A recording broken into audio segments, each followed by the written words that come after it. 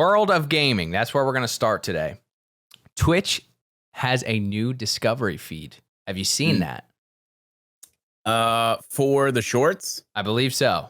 Yeah, so it's like basically what they wanted to do is implement some sort of like additional discovery, because the way that Twitch works by default is like the big creators continue to get bigger because the viewer numbers all sit at the top of every single category, right? And so when people pop into a category for whatever game they're looking for, it's like, obviously I'm not going to scroll to click unless you're Slum, looking to drag the bottom of the barrel in the Daisy category circa 2015, looking for Markstrom. Yep. Or whoever might be down there. And, you know, that's like the number one complaint of most broadcasters is like, well, how are we supposed to have any kind of meaningful, you know, how are people supposed to like land or stumble upon our broadcasts? And so their solution to that is because everybody, like the number one way to grow is to distribute your content on other platforms. Twitch obviously wants to keep it all in-house.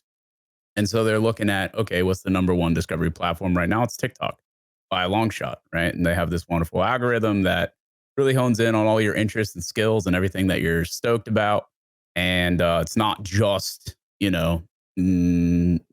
teenage girls dancing. Yeah. If you spend more than like 20 minutes on the app, it starts to really pick up on what you're interested in, which is cool. And it does it in a very advanced way. It's almost scary. And that's why it sucks away people's lives 2 hours at a time. 2 hours? Very scary. Yeah. I mean, listen, we all have limits. That's probably the longest that I've allowed myself to scroll for. I try not to let that happen though. Okay. I try to make it, 10 minutes max. It's the thing is if you have, it's like, if someone has to like set boundaries for themselves, you've created an application that is solid and powerful, right? Whether you want to give it credit or not, I know it's very easy to discredit something either because it's from China or because it is, used by the youth, right? Yeah. There's so many people of so many different age groups and interest groups on TikTok. It's insane. You could be into the most niche, like, I don't know, dude, like Muppet knitting club, and you're going to find tons of creators that are in that niche, and it will find you. You don't even have to go looking for it. Based on whatever you are spending time watching, it's going to hone in on your ass. It's going to find you. So if you're into some weird shit, you're about to get outed by TikTok. Don't let anyone scroll on your account because they'll know. All right. Okay. So that all being said, Twitch was like, okay, well, let's put out some sort of carousel of sorts, some sort of scrolling discovery based on your interests and wants and needs. But within the gaming space and we already have this system for clips, right? Where viewers can take a 30, 60, 90 second. I think it goes like pretty long these days. Maybe 1 minute's the cap. I'm not sure. But you can, before you would basically take a clip and then you'd have to go distribute it elsewhere. Now each creator can highlight specific clips and it goes into their highlighted clips, which then get distributed through this new system. Okay. So you can click through and it's just like TikTok in that sense. And you watch it, click next, watch it, click next. Right. So, and I'm sure it's taking information from what you're already tuned into. So are you the only, you have to create a Markstrom clip, or can people watching you create these clips that can be in the feed? Yeah. So, I mean, viewers create clips all the time. It is on me, or I believe someone who is your editor role can actually select them to be your highlighted clips, your favorited clips. Okay. Right. So now that is what ends up getting shown to people when they visit your stream. Like if I was offline beforehand, it was kind of shitty because there was like a lot of clips that were highly viewed, but they're not my favorites, right? They don't really encapsulate what it is to visit my broadcast or spend time here or be a part of the culture. And now I have infinitely more control over that. And I can choose what people see when they come in rather than just what got distributed for one weird reason or another. You know what I mean? Like sometimes I have clips that are from like the infancy of games and something cool will happen and it gets distributed. And that's cool because it's like a growth moment for me. But it has nothing to do with like the overarching theme of the cast. You know what I mean? Yeah. So do you have a vetting process now for those? Like once a week you go through them and... or do they automatically have to get approved by you? No, they're not getting submitted for that special segment by stream. It's on me to like go through all the clips that get made and then vet them. If Okay. something really magical happens on stream, like most of the time, like I'm already hitting this side button, Sure. right? That grabs the last 3 minutes through the replay buffer on OBS. Shout out OBS, the Yep. greatest broadcasting software on earth. Please use it if you're not already. Yep. OBS Studio for clarity. We're using If it you're right using now. anything else, you're throwing. No free ads. No free Yeah, ads. I mean, it's like a free piece of software, and the amount of plugins that exist for it are amazing. And if you just take the time to learn it, it's worth every ounce of effort if you are a small or aspiring creator. So can't say enough nice things about it. All right. That being said,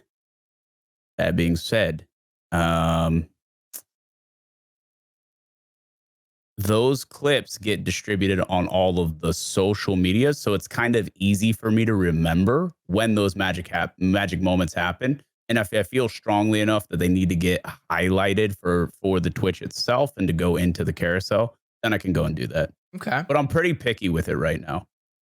Okay. So what do you think about its impact and its future impact? And do you think it's just something that, to be like, honest, everyone? I don't think that. I think it's so important to like discuss or look at or pay attention to why people are on the platform that they're on. People don't go to Twitch to watch short form content, and I think that the use percent, like the amount of users on the platform that actually use this feature, will be a tiny percentage. I appreciate Twitch for making something or making an effort on this front, but I just think that it's really weird to try and like, it will be difficult to change someone's behavior, and it will feel weird to watch short form content on Twitch like that, unless they very intelligently build it into their mobile app. Then we're talking. Oh, for sure. Then I think that's a whole different can of worms. Is it right now? It's not built into the mobile app. Is it? What's it look like right now, Abe? Can you? I don't know. You got some screenshots for that?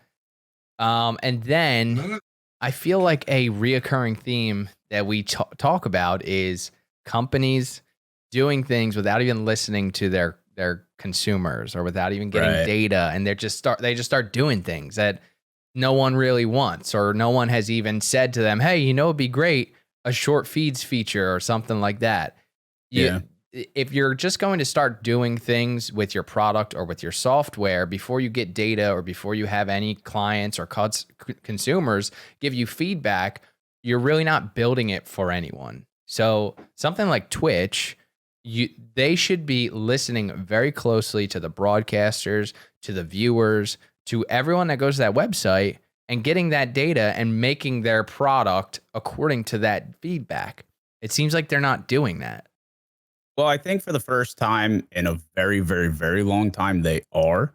Unfortunately, like the internal structure of Twitch is a bunch of teams that don't communicate with each other, and that is being worked on right now.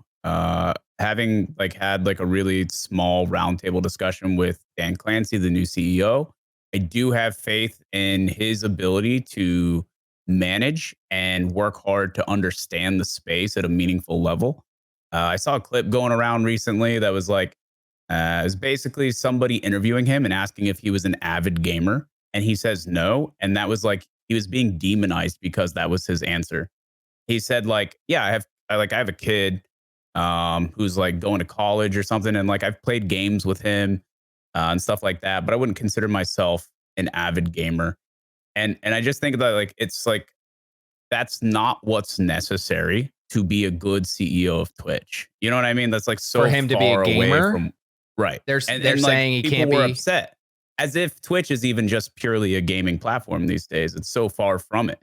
I think especially with the degradation of the gaming space and the industry for the last like 10 years, we've seen more and more meaningful non-gaming content come to the platform, whether people want it or not. Like I know there's some people that are like really against anything not gaming on Twitch, as if it hurts them in any negative way, right? It's just like it's like this ego thing, like this space isn't for you. You're not a gamer. You know what I mean? And so they really try to gatekeep that in this very weird way.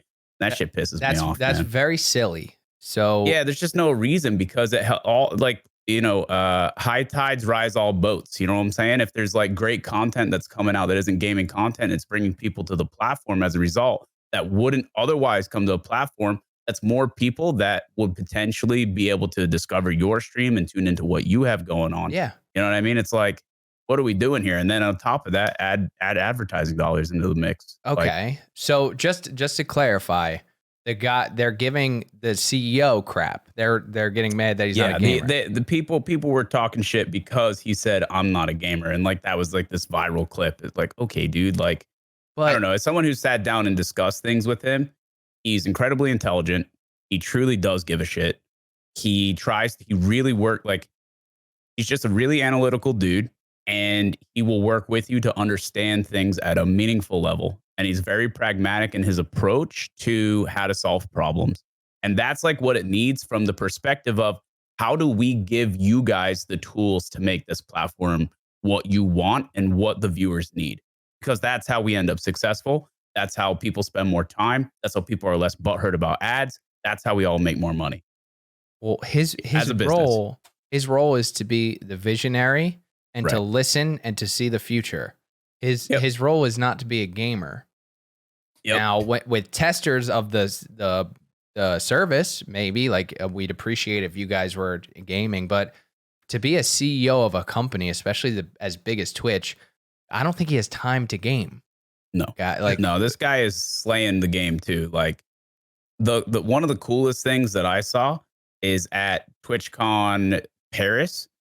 We are going out to go to like a group dinner, and he is full jogging gear, running down the road, getting a workout in, like getting a good sweat on. He had some pace on him, dude. Very nice. And it just like, it's cool to see. He's a well-rounded guy. He spends a lot of time making sure that he's making the rounds and spending time talking to broadcasters. Like the presence is super necessary and something that's been super lacking from Twitch for a really long time.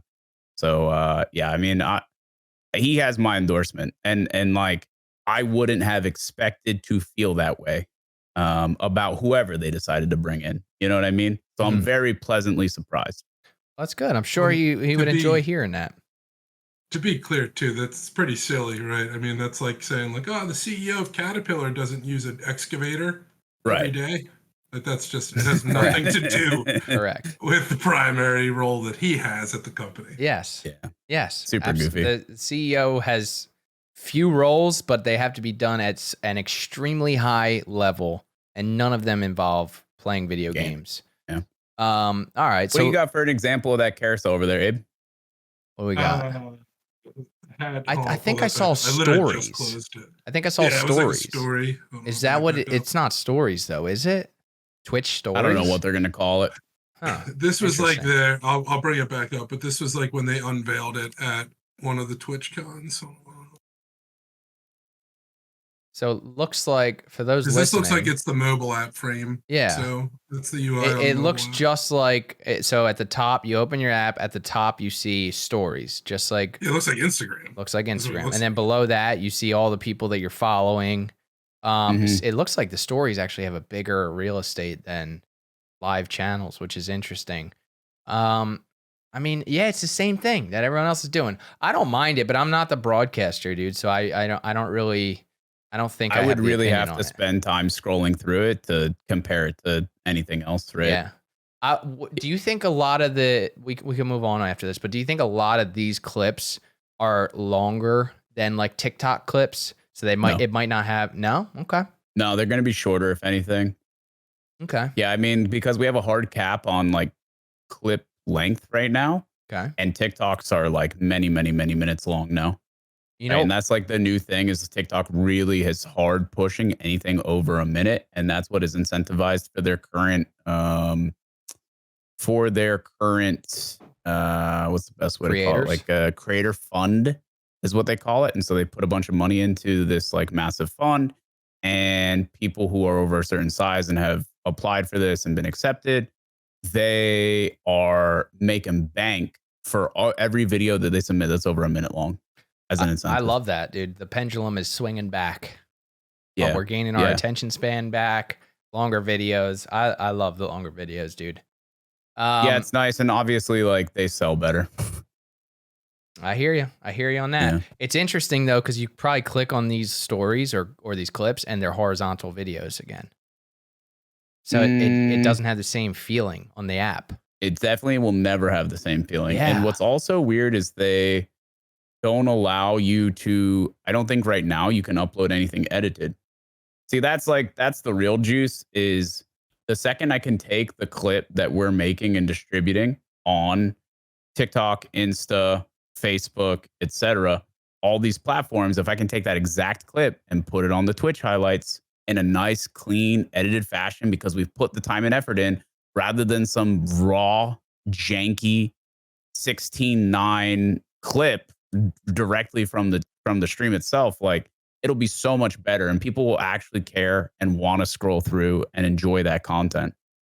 And until then, like it's very mediocre content, even if it's a great clip. That's so me asking like the length question was also me doing that. It's like these clips, they don't have the same kick as like the little Instagram or TikTok videos. They're different types of clips most of the time that are just getting clipped.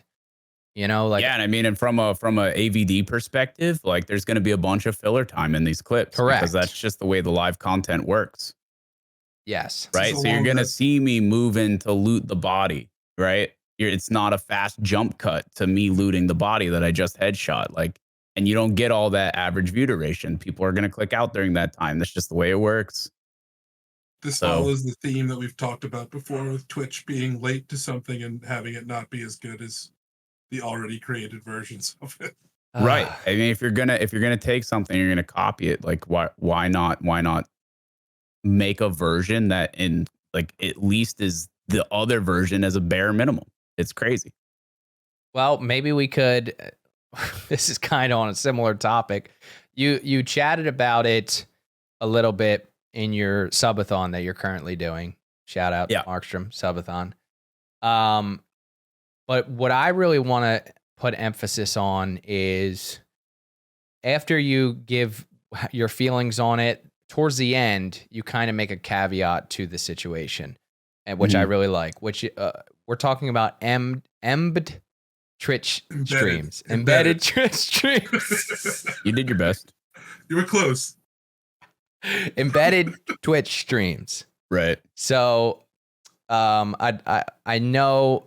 What I really like is, I think towards the end of when you give your spiel on how you feel about it, there's also that caveat that I really like as a business guy, is if you're actually driving views and you have a product that people use that really brings value, then I guess it's not so bad.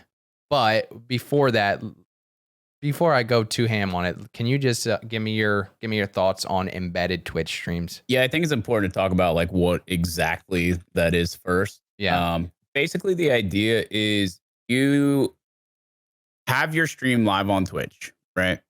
And the people that are there and chatting, ideally, are who shows up as your viewer count, right? Real human beings who are there and participating, or at least lurking. What ends up happening is Twitch counts and also encourages viewership from outside sources that are embedded on other web pages. Meaning that if you have a Wikipedia that is used for a specific game to help people learn or understand specific statistics, or you have guides up on a specific website and it's your website and you have control over it, you can embed your Twitch stream on that website. Meaning that every ounce of traffic on that website at that moment in time will count as a viewer for your broadcast. And so what ends up happening is people create resources that are widely used by certain gaming communities. And as a result, those creators are heavily inflated.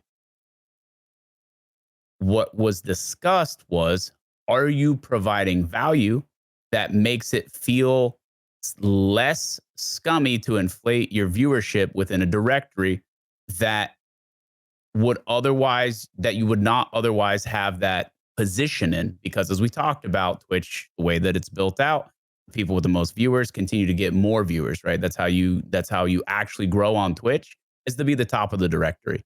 And if you're not growing on Twitch. And so people have utilized the strategy for many years to artificially inflate their viewership. Some have done it in a way that has provided value to others in the sense of, okay, here's a guide, here's some sort of walkthrough or statistics or information, an ammo chart for Escape from Tarkov, a build guide for RPGs. All of these things are very popular. However, other creators have done it in a way where it's a lot less, it's a lot more disingenuous, right? Where they will embed their stream on a random website that gets traffic as a 1 pixel by 1 pixel with no audio, but it's still counting as a view. How do they go about that? You pay some traffic website that's getting a lot of traffic? Absolutely could. Wow. Or you create your own website and then you view bot your own website.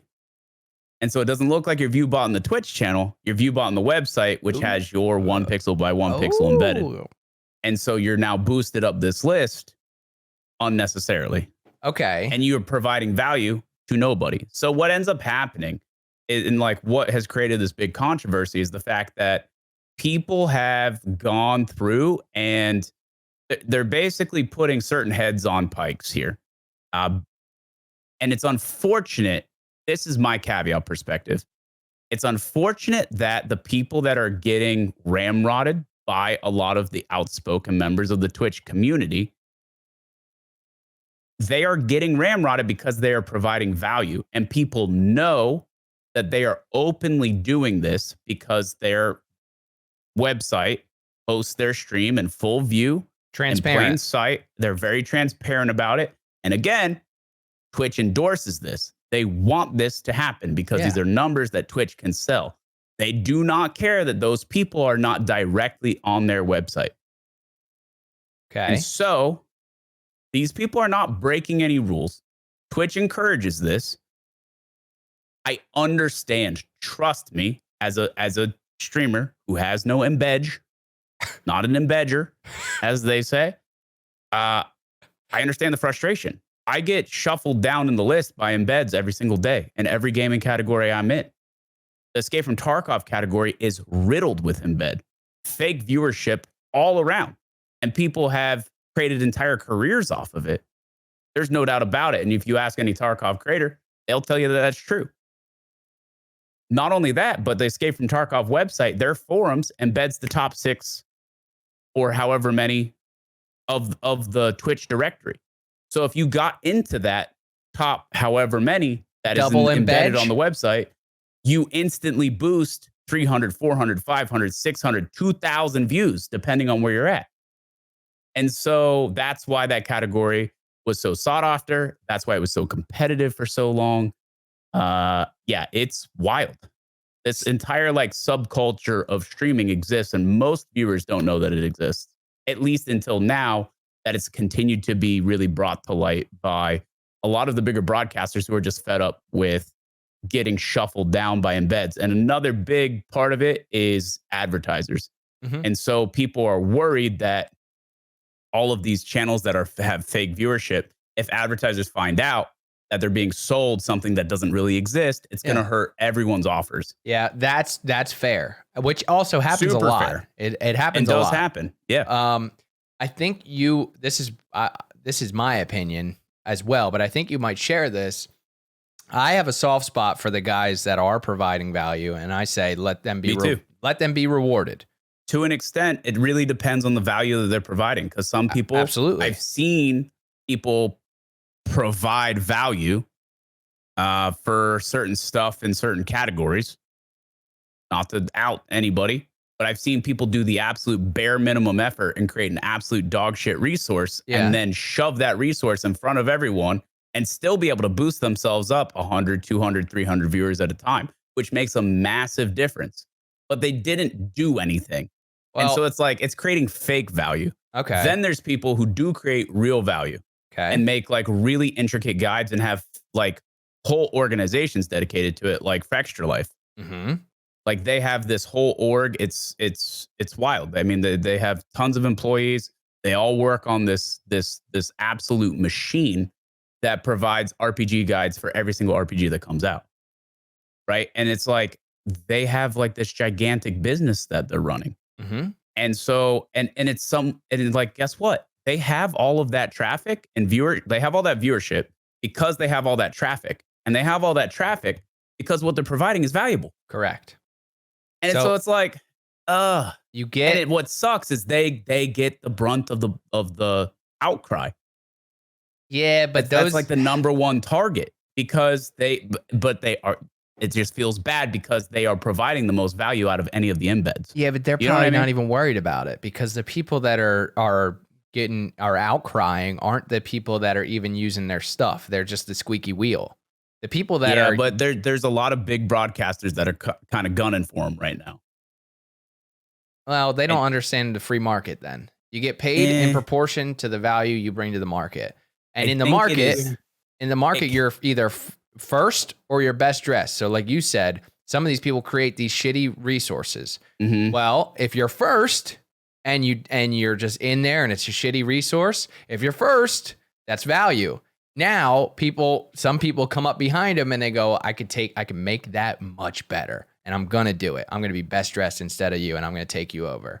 That's how the market goes, dude. So I have a soft spot for the people that are putting effort into bringing value to the market. But the one pixel by one pixel guys, that's scummy. Now it's creative. I'll give you that. That's hilarious and it's creative. However, that's scummy.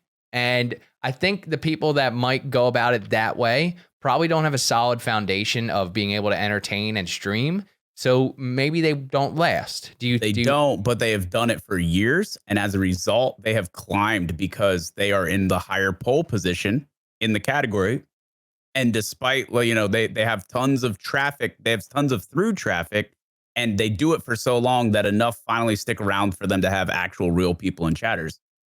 And it's like, and it's just a numbers game for them because they're churning, hoping that they hook someone eventually. Yeah, their churn rate is absolutely outrageous. It's outrageous, bro. It's like a revolving door. That's hilarious. But there's an example. Sorry, go ahead, Abe. The only thing I'll add to all that, though, too, is where Twitch needs to maybe think about this is potential litigation because they're selling impressions that aren't really impressions. Yeah, that's correct. They need to be very careful about that. Yep, all social media platforms worry about that.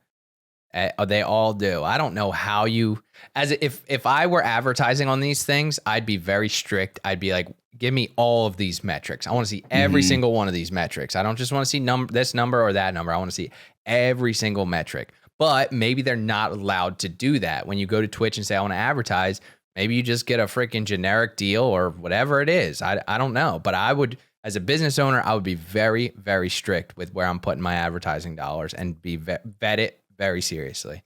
But that's because, you have that ability because you're not this like gigacorp who hasn't already outsourced the marketing to some random pleb who has no idea what they're doing, who doesn't understand the space that they're advertising to, who actually doesn't give a shit. And all that matters to them is, hey, this is like the ad space that I secured, right? And it's like, it's a faultless job because how do you confirm, your acquisition through something like Twitch ads? Like it's almost impossible. It's way easier through like any of like Facebook, right? Yeah. For example, like you get every ounce of those statistics and stuff. And yeah, there's fake people on Facebook too. But at the same time, like you can really narrow in on, okay, what's my acquisition cost here? Yep. For something like Twitch, good luck, man. That's the biggest cost, dude. I like that you just said that. That is the number one cost right there. I like that. Well, I don't know. What do you think? Do you think these people are going to? You think embedding a stream is gonna be no longer? Do you think it's gonna be a different type of metric they use to get views from those type of streams? What do you think? I don't know how they're gonna do it, dude. I got nothing. It's a completely scuffed backward system. I mean, maybe. No, you're right. It can't even bring one viewer per any amount of numbers because people can just send the traffic, like you just said. They could fake send traffic. So even if they said 100 traffic visits on this end is one view, you could just send unlimited. That's interesting. I don't know. Time will tell, bro. Time will tell. You know, it's like I saw this like post the other day on Twitter, and it's like, this is this person's viewer count. This is the number of actual chatters. This is the number of embedded viewers. And it was like 6,000. Just these are rough. This is roughly what I remember. It was like 6,000 viewers, 150 were actual chatters, and all the others were embedded. And they're sitting at the top of their category. All right. So here, if there's any API guys out there or any tech guys, developers, maybe if Teddy's here, make that plugin for Chrome or whatever, and let's just push that. Push it. Make sure you download this onto your browser when you visit Twitch. Just blast it, dude. That should be a thing. Like you just said, that'd be awesome if we could see that. Yeah. And I mean, like, the thing is here's the problem. This person also probably has brought more, like they've brought a significant chunk of value to the gaming space that they are in, and they have a resource that is used by almost every single person there. Well, if that's How do you deal with it? If that's the case, I'm kind of okay with it, dude. Because you're getting a boost, but you're not getting the donations, you're not getting the subs, you're getting a boost, so you're getting a little leg up in discoverability. However, Right. you still got to carry it after they click in there. So I'll allow you that reward for creating this tremendous value. Your reward is you get a little boosted up. However, it's on you after they click in. If you suck, dude. You know what I mean? I agree. Okay. And that is definitely the way it goes. Like I said, like churning There you go. people. All right. Yeah, I think it's a hard situation to navigate, because again, I very much so agree and lament with the people that don't want to see creators trying to do things in a way that is honest and transparent get buried, right? So it just it's hard, man. It's hard. It's hard, and I don't foresee Twitch doing anything about it, because again, it works in their favor until it affects the bottom line, and when it affects the bottom line, then they'll do something about it. For sure. So really, the people these creators that are at the top that have been very public about outing the embedding really shouldn't be preaching to Twitch or the gaming industry. They need to be preaching to advertisers. They really want to make a change. Well, there you go. There you guys have it. If you're an embedder and you're listening, I don't know what to tell you. I guess you could hang on for as long as you can. Uncertain. Future is uncertain. Yeah. So, all right, let's get off the negativity. I want to show you something. It's still negative to me, but you might get a kick out of this. You want me to pull it up? I have it, Slum. Yeah, pull it up. Hold on, not yet. Let me give a preface. Give us the backdrop. Yeah, set the scene here. All right, so Markstrom. What's up? I got a puppy. You know this. Good guy. Met him. And I told you about this little issue we're having. He's getting on the couch. He's biting some stuff. And then you gave me a great idea. What was that idea? I said you get like a cookie sheet or like some pots and pans. You put it on the couch. Put it on the couch. And you try to make it as uncomfortable or a negative experience for him to try and like get up on top of it as he learns that he shouldn't be on the couch. Great idea. Thanks. However, he moved past that. So Okay. He's evolved past the cookie sheets. He did not mind them after a while. All right. Now I started doing dining room chairs laid all across the couch, dude. Move past that. So now I block this whole couch with everything in that room. Right. That was what we're doing. So today, Trisha's back in school. So I have to do all the work I can from home so I can watch him as he's learning. But opportunity presented itself today, and I had to be the guy that went and did it, which I'm very thankful. But it was unfortunate that I had to be the guy. So I left him alone for about 3 hours. And this happened. Abe, pull up the picture. For those of you that are only listening, Markstrom, what the heck is that, dude? What the heck is that, dude? You need to zoom in. Here, no. Enhance. So yeah, we're gonna need an enhance. So Trisha came home to that. So yeah, that's unfortunate, dude. So he took all the potted plants off of the windowsill back behind the couch. No. He took one big one. One big one. One big one, dude. And it was dumped it right into the middle. Oh God, it's Trisha's favorite plant too. So he ate the plant. I mean, sort of. Plants and pieces. No. I think she kind of repaired Salvageable? it. I think so. There is, for those listening, I have an area rug in my living room, and it's a pretty big area rug. About half of this area rug is covered in soil, and it just looks like a battlefield in my living room. And look at him over there at the top right. He looks very proud of himself. He is. He looks a little sad. But if you hold the picture on an iPhone, it's a live photo. His tail's still wagging. So yeah, dude, this dog. Oh my this dog, God. dude, is doing too much right now. I'm trying. He's not going anywhere. I'm not ever gonna give this dog away, but I need to keep staying on him. And this dog has to be a good dog, and he's got to not do this. They do shit like that. This is a prime puppy moment, That's man. prime puppy behavior, bro. They do stop that shit at some point. It's important to continue to, train them as you want them, right? Like dogs are a reflection of their owner and the effort that they put into them. That's a fact. But they're just some, this is collateral, my brother. Yeah, it is what it is. Yeah. All right, get rid of that picture. It's depressing me. Now let's talk about something that's not depressing. So the next thing we got is college football kickoff. Go Gators? Yeah. Go Gator. Okay. Yeah, buddy. Okay, so with the kickoff of college football, we're getting close to the start of the NFL. Let's talk a bit about the upcoming football seasons. Yeah. What do you got? What's going through your head? Because I know you're a diehard Gator fan.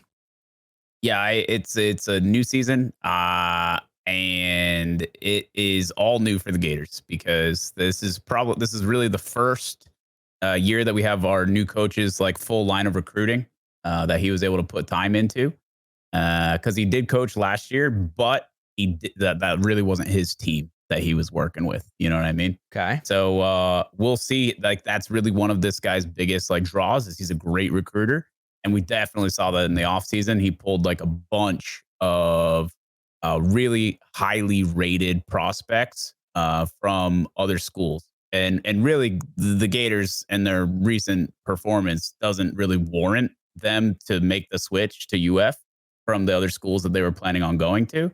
So it's really an impressive feat. And hopefully that talent will translate into W's. But we have a brand new quarterback. We have a lot of young players. So with the right guidance and with the right coaching, which hopefully he's also brought in, we'll be in a good spot. But yeah, there's really no way to predict what will happen with this season. But it's exciting in the sense that it's all new, and I do like the guy very much. So you know what else is exciting? What's that? So I'm not really a football guy, but I am going to, I believe, see a Gators game with you. Yes, sir. What should I expect? It really depends. The experience really depends on the time of day for the game. You know, it's like a night game, very different experience from a noon game. As a noon game, you got to wake up and start tailgating at like 5:30 in the morning. You know what I mean?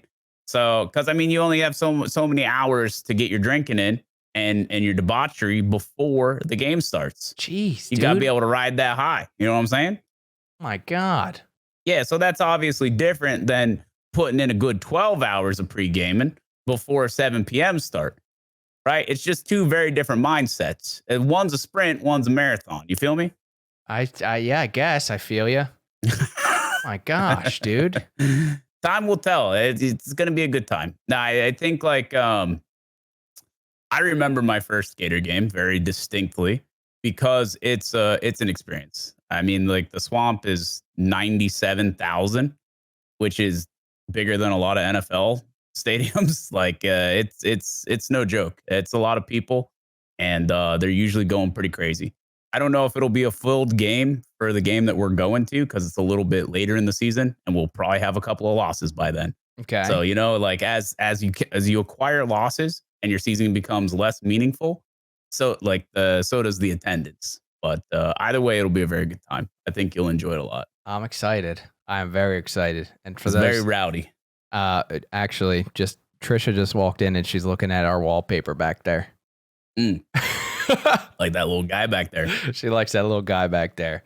Nice.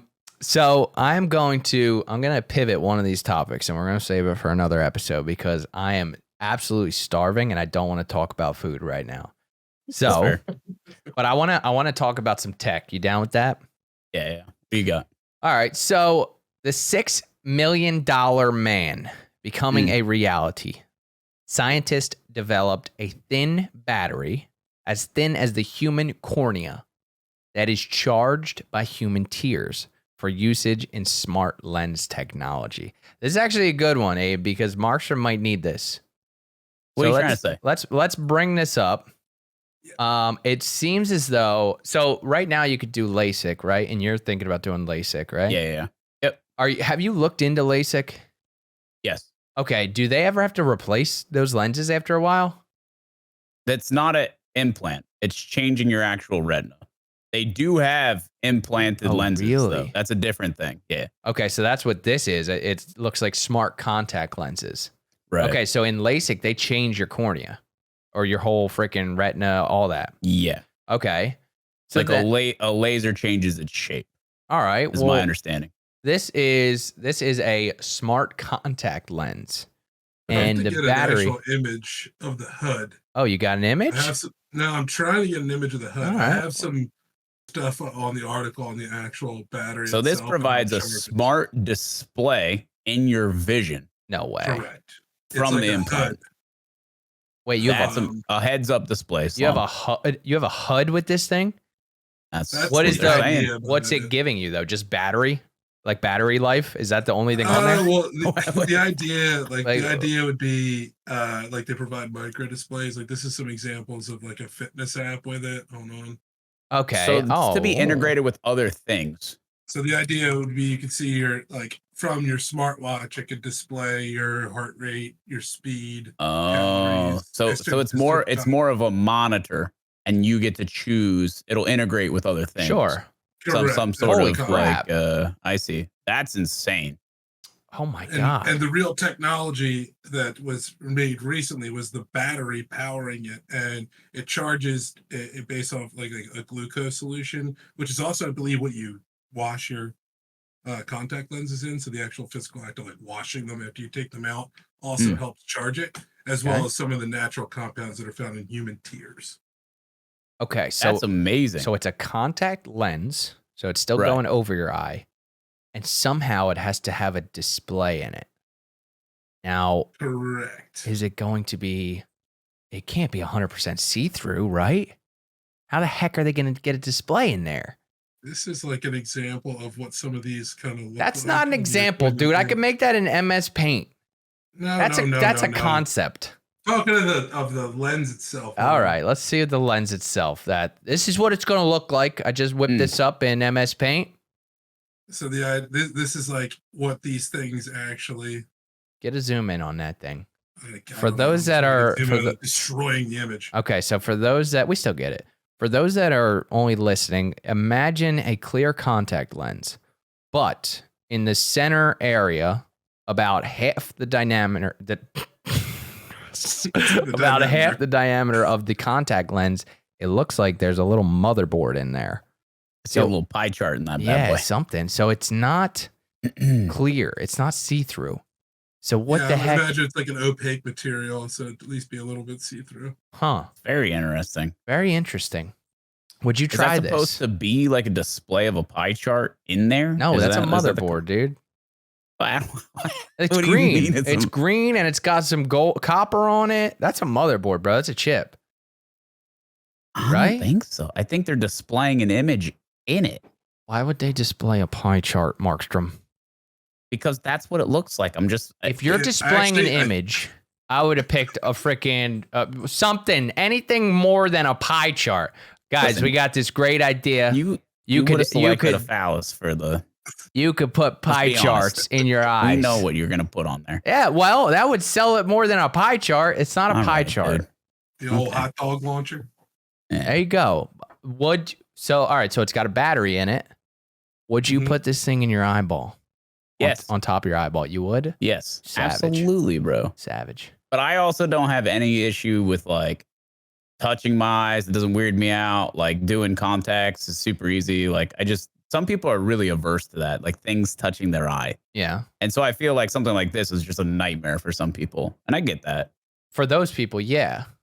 I'm more so, I don't want this thing exploding in my eye. There's that. That's definitely something to consider. We have the technology, bro. We fixed that up.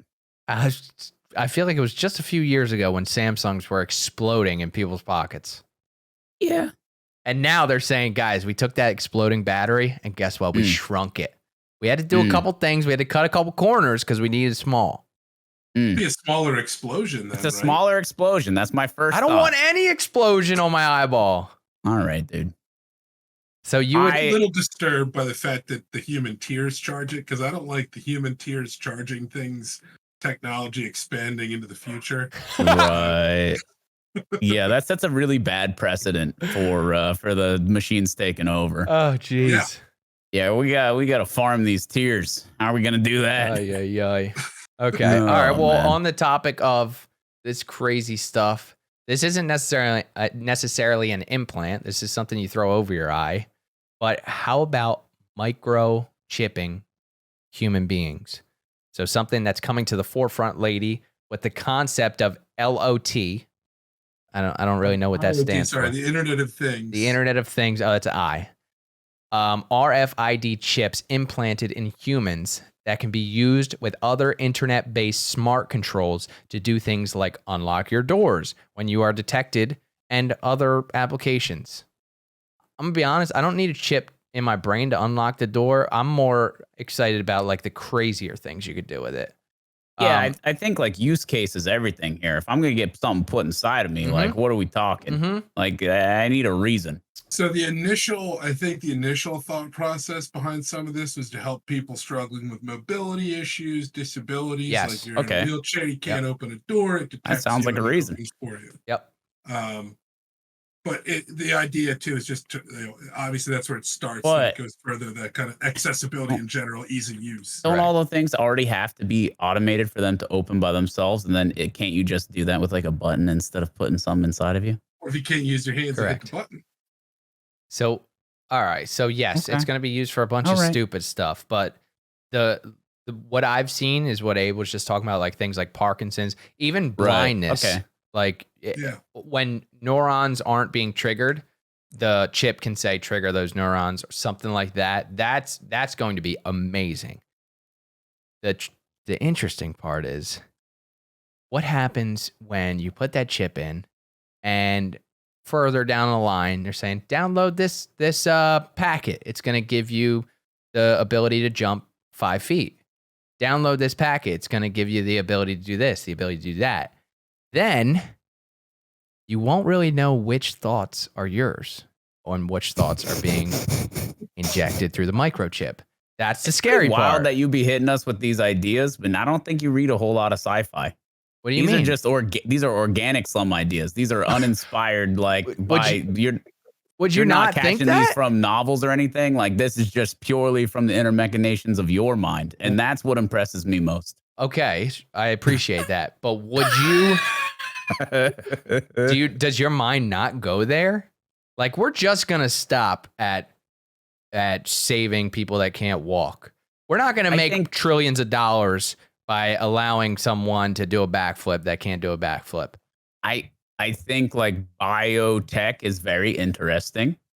And I think like the cyberpunk idea of like people getting tech implants will be real for sure, and will impact our day-to-day lives. Absolutely. There is no doubt in my mind.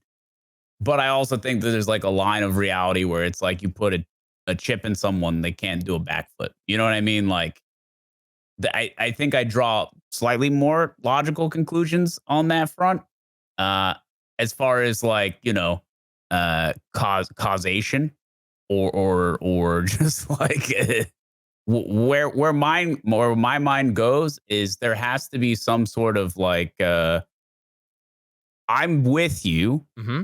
if it's okay, you get Neuralink. Yep. And then you're patching Neuralink and then you're having different thoughts. But you won't know. That is, I understand. That's the scary part. I hear you. And if it's literally tied into your brain in one way or another, then yeah, and like that, absolutely. like that kind of thing is definitely possible. But that's you were signing up for it. Correct. Agreed. Yeah. So you're signing up for it. Elon Musk has literally said the future of Neuralink. He was talking about you get Neuralink, you'll be able to do this stuff that you've never been able to do. And then people asked him how much it would be.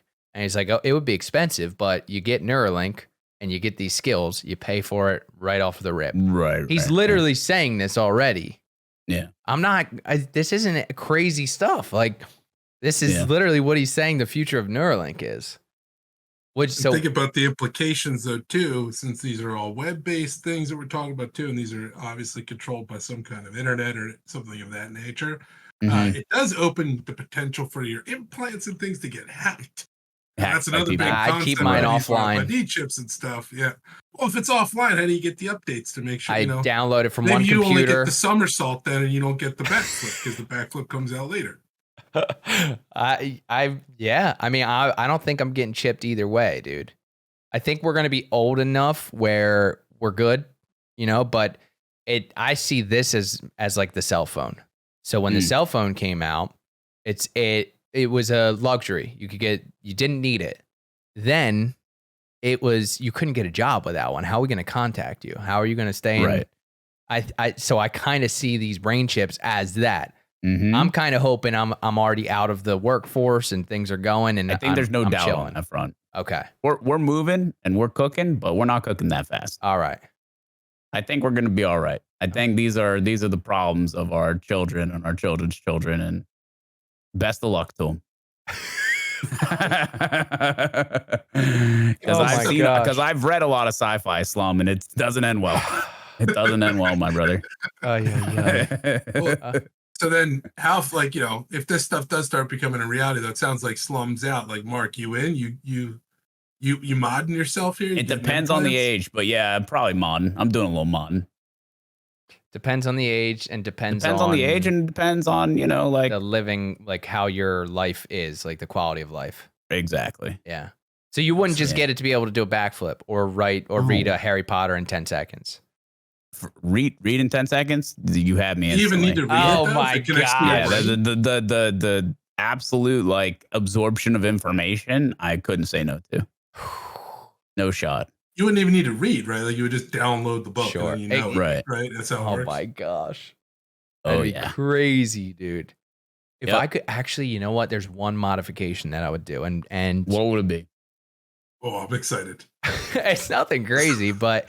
It would be. I think the mod you're thinking of, you can already get that done. Go ahead. You want to elaborate? No, not at all. I need a reduction. Anyway, the one mod that I would get is if I could have camera sensors in my eyes and just be able to record and then pull the memory clip out and just do that. That would be fire.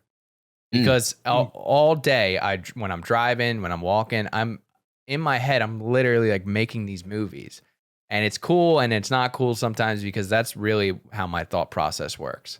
Yeah, what you got? There was a Black Mirror episode like that. It did not end well. I know. I saw that one. That one. And you know what, dude? I'd be doing that same shit that guy was doing. It would not end well for me.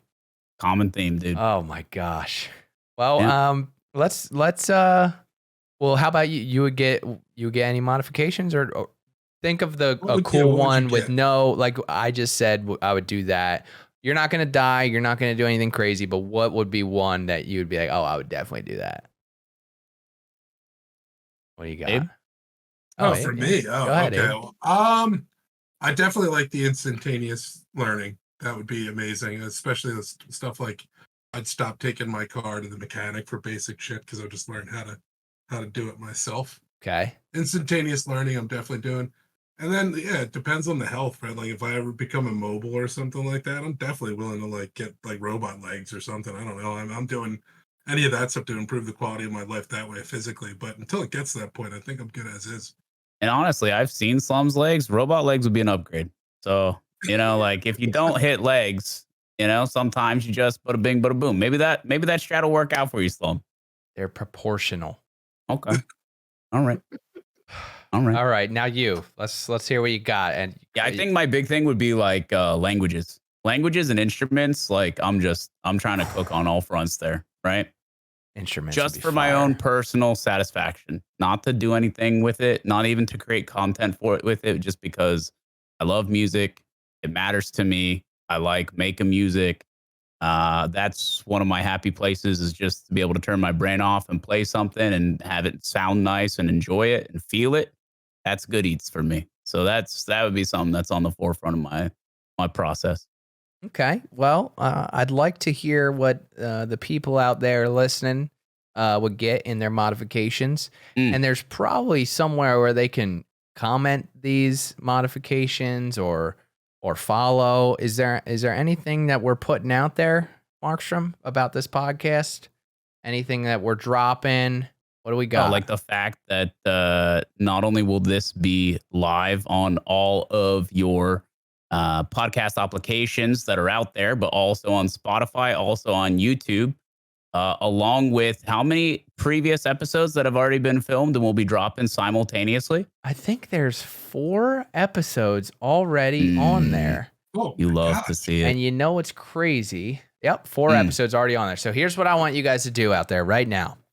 Our handle on YouTube is youtube.com/@pluggedpodcast.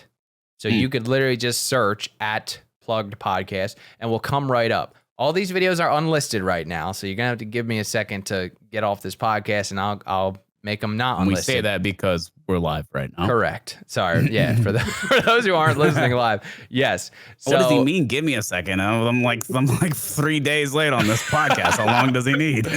So what I want you guys to do is go over to that YouTube, give it a subscribe. Make sure you click the bell. That's where these podcasts are going to be. Also, head over to Spotify. If you listen on there, you can also get the videos on Spotify. So if you want to follow us there, you can.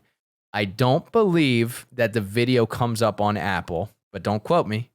If you're an Apple podcast listener and you still want to listen there, give us a follow there. But if you want to check out the video, I believe it's only on Spotify and YouTube. We're on all 3 of those platforms. And with that news, what do you say we send them out? Markstrom, what are you doing right now, dude? What's going on? We're live with our subathon day 6. We have roughly 25 hours left on the clock, and it is 8:10 p.m. on the 29th of August. So we've been cooking. We got plenty of time left on the clock, and hopefully this subathon will keep banging here at twitch.tv/Markstrom 24/7. Catch me gaming, working out, eating, sleeping. We got guest broadcasters on during the nighttime, and we're having a very good time. This has been a wonderful subathon so far, and hopefully she stays live. Wonderful. Abe, how about you, dude? You can find me, oddly enough, at the same place at twitch.tv/Markstrom. I'll be moderating the channel, trying to be _ a better mod, and make sure that the channel's cleaned up. Also, for everyone listening now or in the future, if the subathon's still going on, for just 5 gifted subs, you can maybe watch Chuck get punched in the face. You got a 5% chance. That's 1% per gifted sub. So make sure you take advantage of that while you can. And if you sit there and you ask yourself, who's Chuck? Just look for the most annoying chatter in the chat. Oh, you'll know instantly. You'll know right away. And for me, Slum? I will promote my stuff when the subathon is over. Right now, the one thing that I want to promote is the subathon. So head over to twitch.tv/Markstrom. Go give him some gifted jobs. He'll probably still be live when you're hearing this. So make sure you go check it out, subscribe, hang out, stay a while. And on that note, we will see you all in the next episode. Peace. Have a good night.